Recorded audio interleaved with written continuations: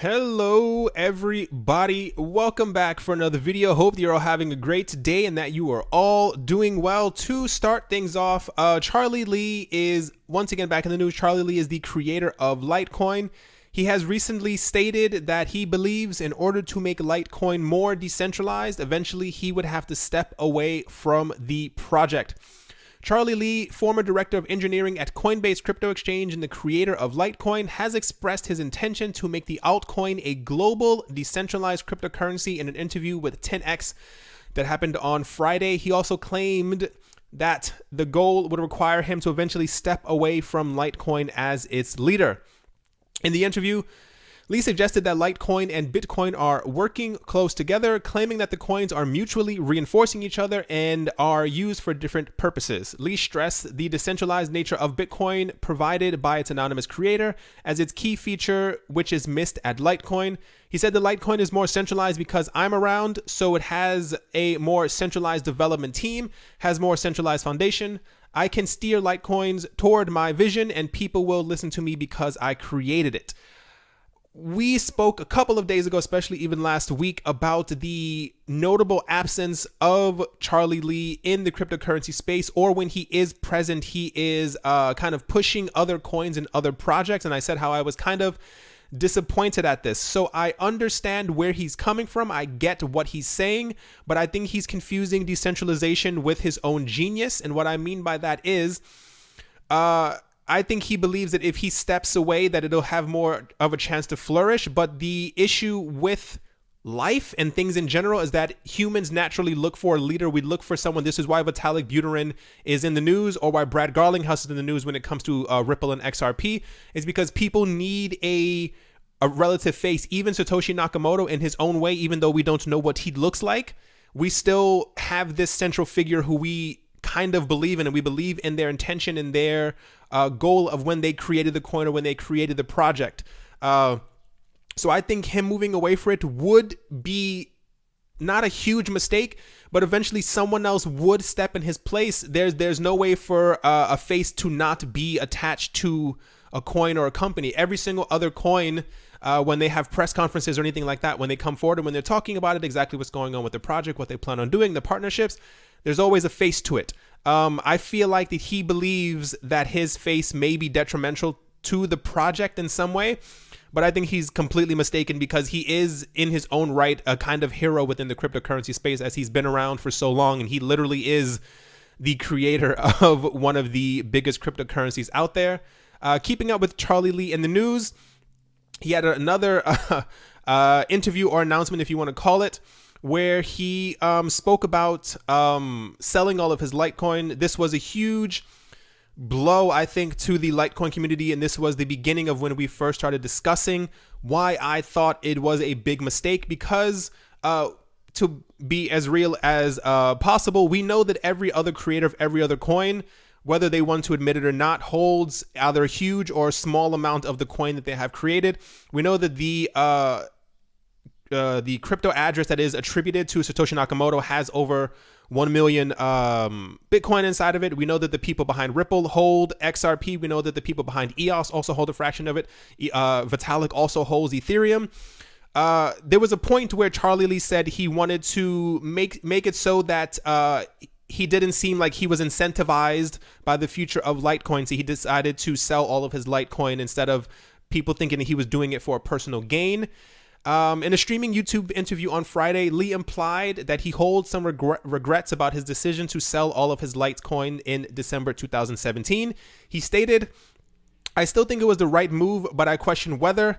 I think in the long run, it was the right move, but in the short term, while the price is down below the all-time high, it just feels like it's not the right decision. But I think, like, moving forward, 5 years down the road, when the price is back to an all-time high, I feel like it will be the right move." I feel like he's gearing up for some type of major announcement in the next couple of weeks, or maybe even by the end of 2018, that he has already found a successor for his place in the Litecoin movement. All the signs are kind of there. It's kind of sad to not see him go. He says that he will be active in other projects, as we already have seen. I think he's boasted about 2 or 3 other projects. But I mean, he is a huge face in the cryptocurrency space. So let's hope that he remains even slightly active, or at least says the word Litecoin in some sentence moving forward, because, he will be missed in what he does. Next up, CoinX and Manero V are in the news. I believe on Monday, I believe that is today. I can't exactly see where it is on here. Long story short, Manero has an upcoming hard fork, which will be known as Manero V. Apparently, Manero has been having so many hard forks along with a lot of other coins. A lot of exchanges have announced they will not be supporting these forks because there's just either too many of them, or they don't believe in the project and they believe that a lot of them could be cash grabs. I don't know anything about Manero V, so I can't say if it's a cash grab or not. But like I always say before, usually when you have a coin that does one thing, people tend to fork it and then say that this is the true vision of what the coin should be. And it usually ends up being like, okay, you could have just used the original coin for that. Just how I personally feel about this. On Monday, I believe that is today, if I'm not mistaken, CoinX has announced that they will not support the Manero V hard fork. If you want the Manero V hard fork, you have to take your money out of CoinX and send it to another exchange in order to get the coins credited that you would like. They have also stated that they are going to, where is it? I think they're going to freeze or stop deposits or withdrawals. I can't remember exactly which one it is. For Manero, yeah, there we go. There is an annoying side effect of this hard fork, as CoinX will also halt all Manero transactions on the platform for a few hours. So it's all of them back and forth. So if you have your Manero on there and you are looking to get these free coins, you will not be able to do so on CoinX. I'm sure there's also a couple of exchanges who are also not going to accept this hard fork. A lot of them have stopped doing it, especially after I think Bitcoin had its third or fourth hard fork.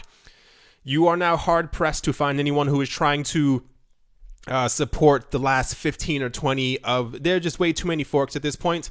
And I think at some point it will slow down because a lot of them aren't catching on anymore, because people are kind of like, okay, only so many forks we can have. But this is the news today from CoinX, Manero, and the Manero V hard fork. Next up, the Indian exchange CoinX has announced that they are adding Ripple XRP pairs. It's not that they are adding Ripple XRP to their exchange. This is significant because they are adding actually pairs to the coin. So there are already Bitcoin XRP, Ethereum XRP. I think sometimes maybe you may be able to find like an LTC XRP type of pairing, but they have added and have stated that they are going to be adding an XRP pairing to Eternity, EOS, Golem. Oh yeah, here it is, the Litecoin as well. Nucleus Vision, Omise Go, Tron, and Request, which means you will be able to swap your Ripple XRP between these coins.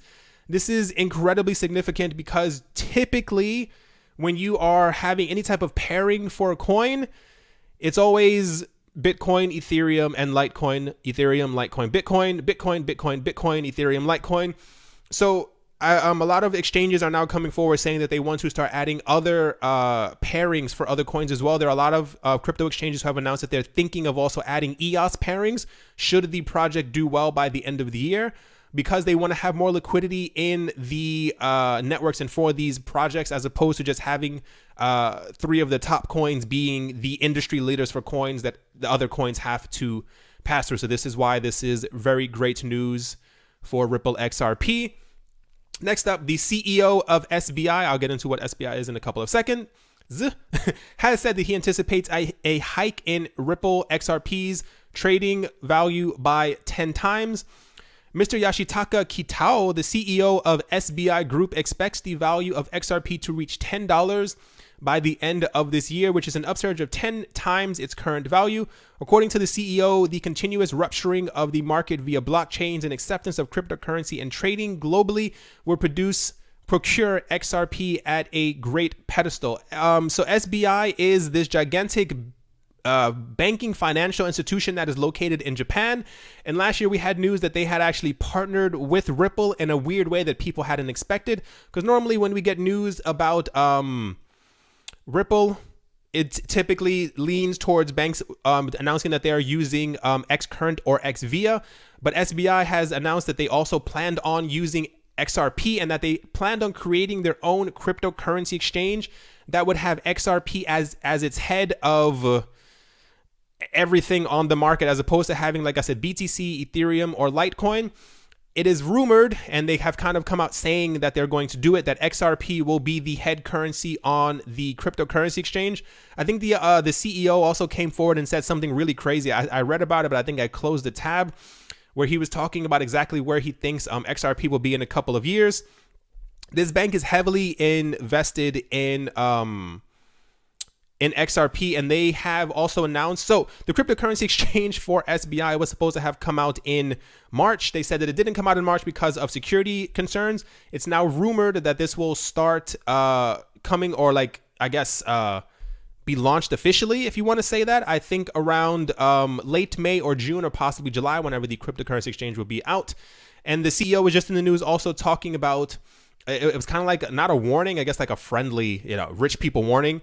He said that they have taken steps to make sure that when SBI launches, that they will be bigger than Binance. Binance has been around for 7 months, and they're the largest cryptocurrency exchange in the world, which is kind of insane. So let's see how correct they are if SBI can actually become the largest cryptocurrency exchange in the world, which would be absolutely ridiculous, because they would also have XRP as their head crypto on the exchange. So let's see if this actually happens in the next couple of months. Verge is once again in the news talking about announcements.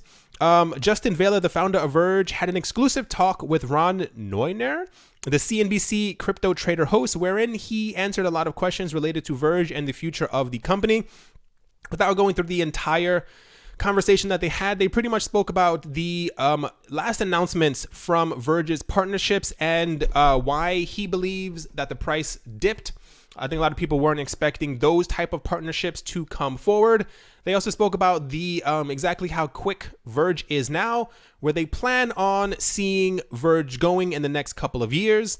And also if they have more, like partnerships in the pipeline. He said, yes, we have a couple that are definitely going to be coming.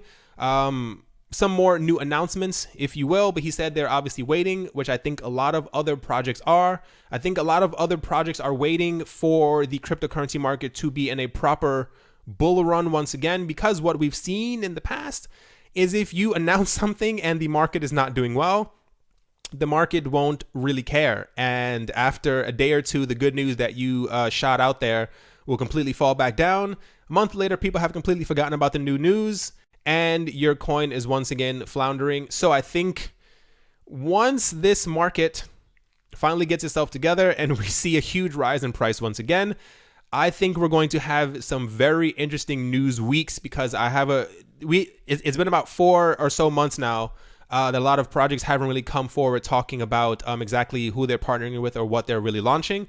So I think when this market gets itself together, it's going to be a very interesting time indeed. Last up, the CFTC has announced a crypto bounty program. That's right. Pump and dump schemes are nothing new in the world of Bitcoin and cryptocurrencies. Such scams and hype cycles come around virtually every other week. The U.S. Commodity Futures Trading Commission is all too aware of such developments. As such, the agency has created a bounty program meant to encourage whistleblowers to expose these schemes. Those of us who have been involved in cryptocurrency for multiple years will have noted a disconcerting trend. Whenever a new cryptocurrency comes around, there is a lot of initial hype. However, there's also a very real chance that such currencies will turn out to be pure pump and dump schemes. Most of the altcoins we have seen in the past few years adhere to this pump and dump style of marketing and eventually become obsolete. This type of behavior leaves a lot of bag holders behind. Consequently, people become a lot more cautious when it comes to dealing with various cryptocurrencies. These forks, these new coins, these new projects, I am certain that this is the reason why the government has stepped in. I think if human greed hadn't kind of pushed itself into the market and we had the original, I want to say even 30, 40, 50, maybe 100 coins that we had for the last couple of years, I don't think the government would have ever really stepped in. But if you do not know, a lot of people, when they have lost their money in a lot of pump and dump schemes over the last year and a half or so, They've gone directly to the government. They've written letters because what actually ended up happening was that a lot of government, government leaders, people who know government leaders, governments, families, aunts, mothers, cousins, brother, they got into cryptocurrency thinking that a lot of these coins were legitimate. When they didn't and they lost tens of thousands of dollars, they complained to one person who complained to another person who complained to this person who knew this person who was sitting, almost said on Parliament, who was sitting in Congress or something like that. And this is why they have kind of encroached into the cryptocurrency market. It's because of human greed and because of all these forks and because of all these fake coins. There was a coin that my friend tried, not to get too off track, but a friend of mine tried to get into, and the website claimed that they could do 10 million transactions per second, that they planned on doing this.